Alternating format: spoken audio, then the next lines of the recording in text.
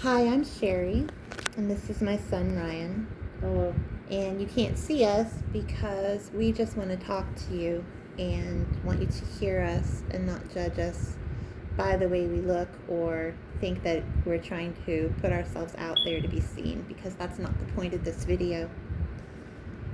Um, God has put it on my heart recently to talk a little bit about isolationism in narcissistic relationships. Um, Not something I know a great deal about the reasons behind it, but definitely have had experience with it. So I'm just going to share from my heart. There's, again, no script, nothing prepared, just Ryan and me talking about what we think we know and what we feel God wants us to share. So oftentimes when you're in a long-term relationship with a narcissist, particularly a narcissist as a partner, there comes a point where they isolate you from other people who are important to you, family and friends primarily. The reasons that I can come up with from my own experience are largely jealousy. They don't want anybody else to have your time and attention because it's got to be all about them all the time. Control. They want to know what you're doing, what you're talking about, making sure that their image is secure and you're not going to say or do anything to take away from that image that they worked so hard to put out there.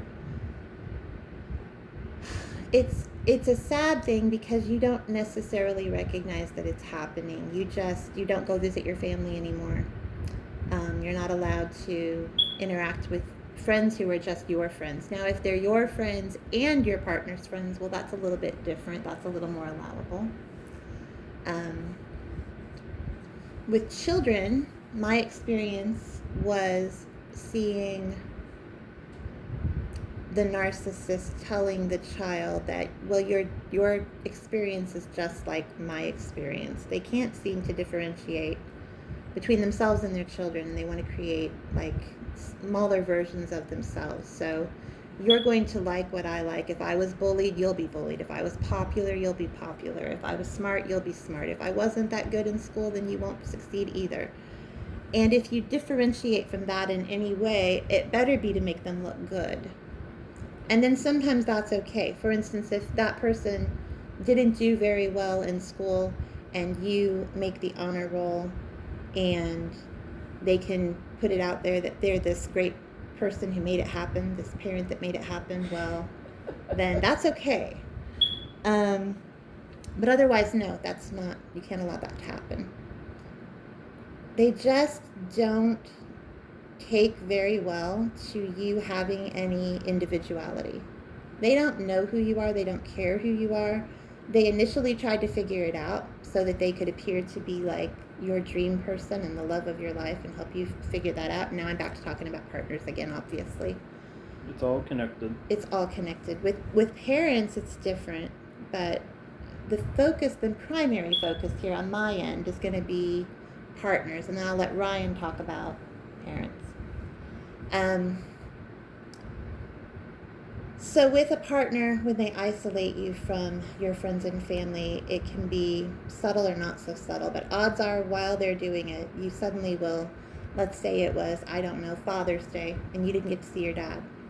Well, that's not your fault. It's likely because they didn't want you to see your dad. It wasn't important to them, and therefore it can't be important to you. Probably you were busy, and if you think back, it's probably because they had something they wanted to do.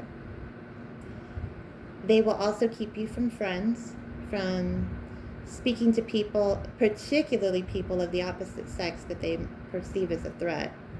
And they will perceive anyone as a threat, no matter how innocuous the relationship is, because they themselves can't be trusted. They don't believe you can be either.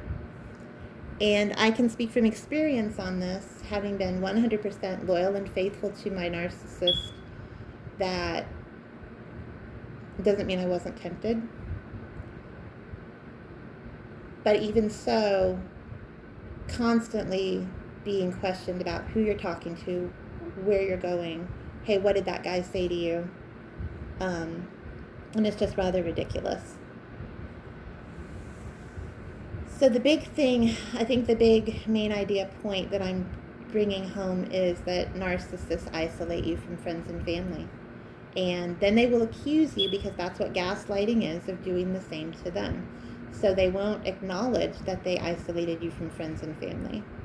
They'll make you think it was your choice, or it just didn't work out because A, B, and C, that we could be with them today. Odds are you'll always find time to be with their family if that's what they want. And any friends they have or mutual acquaintances, they'll make that work.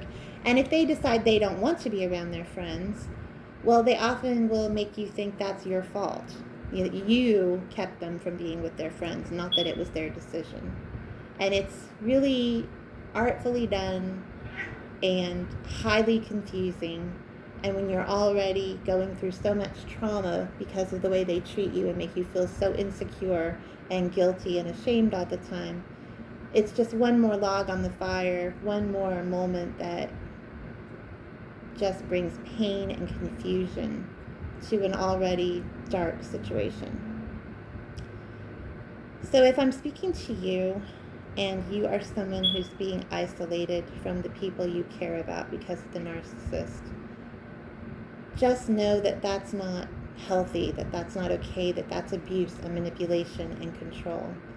And no matter what, it is not God's design for us to stay in abusive situations. What that means for you is between you and him ultimately, but I would go ahead and err on the side of saying just get out of the situation. A lot of my clarity came after I made the decision to leave. And yes, it was difficult. He was a stalker, and he was scary, and we had to have court visits that they were created by him for no real reason. And then we had to have court visits where we were asking for protection from him, and we had to hide out, and it was all very difficult. But if you would ask me if it was worth it, every time I experience a moment of freedom where I get to make my own decision, where it's okay for me to drive in the car with the windows down and the air conditioner on at the same time, and nobody's making fun of me for the way I sing along with the radio, or the music that I listen to, or the TV shows that I like, or the books that I read, or the person that I am in general.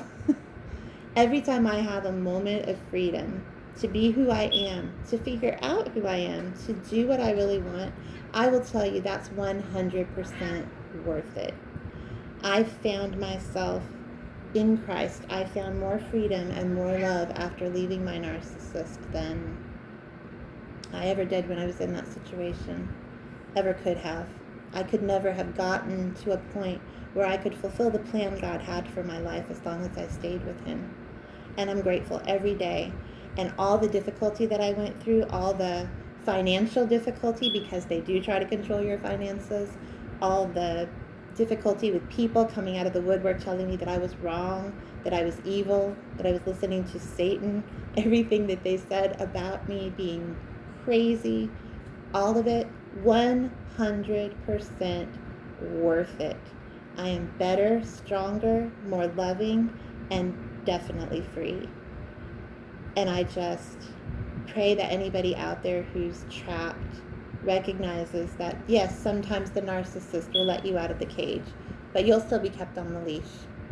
And that's why they keep you so close in public. That's why they do so well on social media, and why people think they're so great, because they can show themselves for a time as a positive influence, as a good person, as everybody's dream partner. But guess what? Behind closed doors, they don't see what you go through.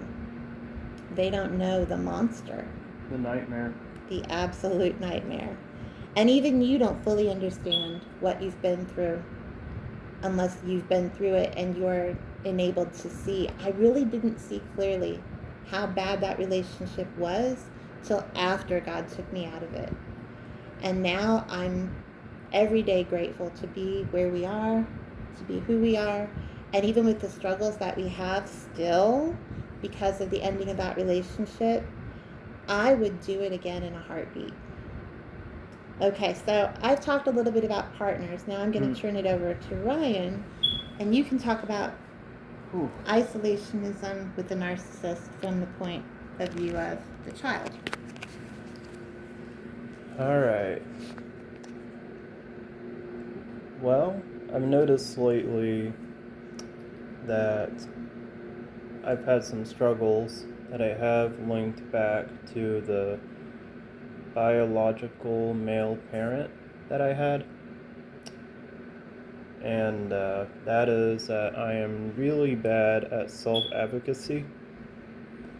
And when it came, not just that, but also religion, it really put me in a tough spot in high school and probably middle school too a little bit, where I wouldn't have covered for him so much, or I probably would have minded my own business less.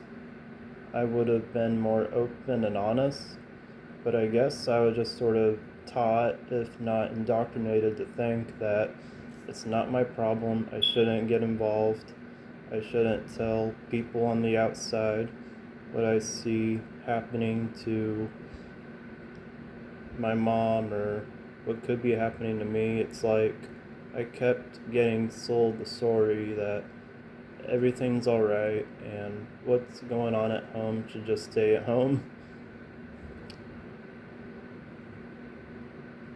which was pretty naive looking back.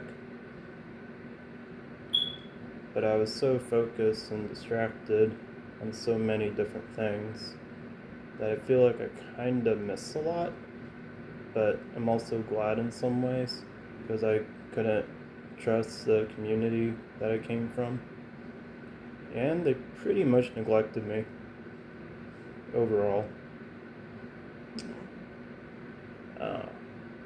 But the place I'm at now, it's a lot better. The people are nice. I'm connecting. I'm actually getting help getting a job. Where when it came to the place I was at before, it was like they were always wondering what was going on with me, but they never mentioned any help. They never mentioned any resources. I never got any advice. So, just getting back on point here a little bit, because I do understand what you're saying. Yeah. But how did your narcissistic parent isolate you from the people in your community? Well, he trashed the house, so I couldn't really have people over. We lived in the ghetto, and I didn't feel comfortable or safe inviting people over there. And I'm not sure if anybody would want to come there. No. So, and we didn't really have much money that we could play with, and I didn't have money of my own, so I didn't know what to do, especially considering a lot of the people did have money, and they seemed to expect you to have it to hang out with you or to invite you to things. So, But how did the parent isolate you? well, the reason I listed the things I did is because the parent trashed the house. The parent did with the money what they wanted. I don't think he ever really tried to help me connect with anyone. Any connection I did make, I did on my own. And most of them were through the church. And a lot of that was just people listening to me, but looking back, didn't do much good either. Right. So, I guess just the way he chose to behave, probably intentionally, was a definite part that isolated me.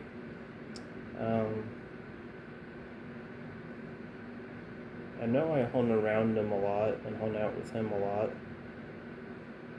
And that also probably got in the way of me hanging out with other people, was because it would be me and you or me and him. There wasn't much of an in between.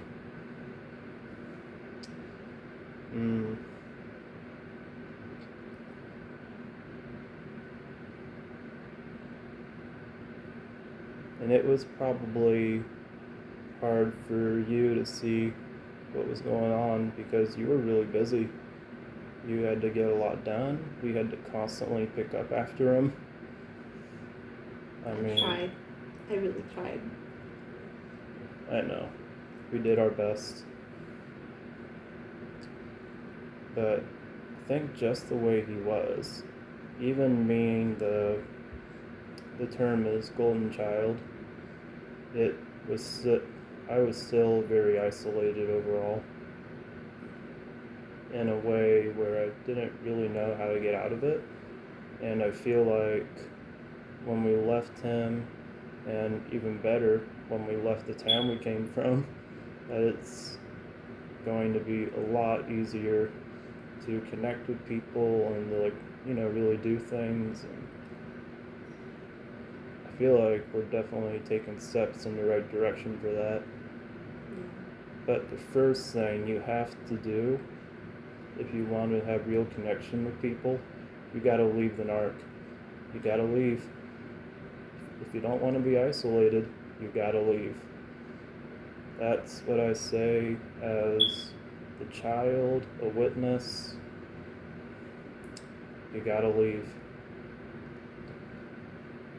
And if you feel like you have connection or relationship with the narc, my advice is to be careful. Especially once you leave them. Because if they try to ring you for information, from my experience, they're not looking for a relationship. They're just looking for any way to get their way, even if it's delusional.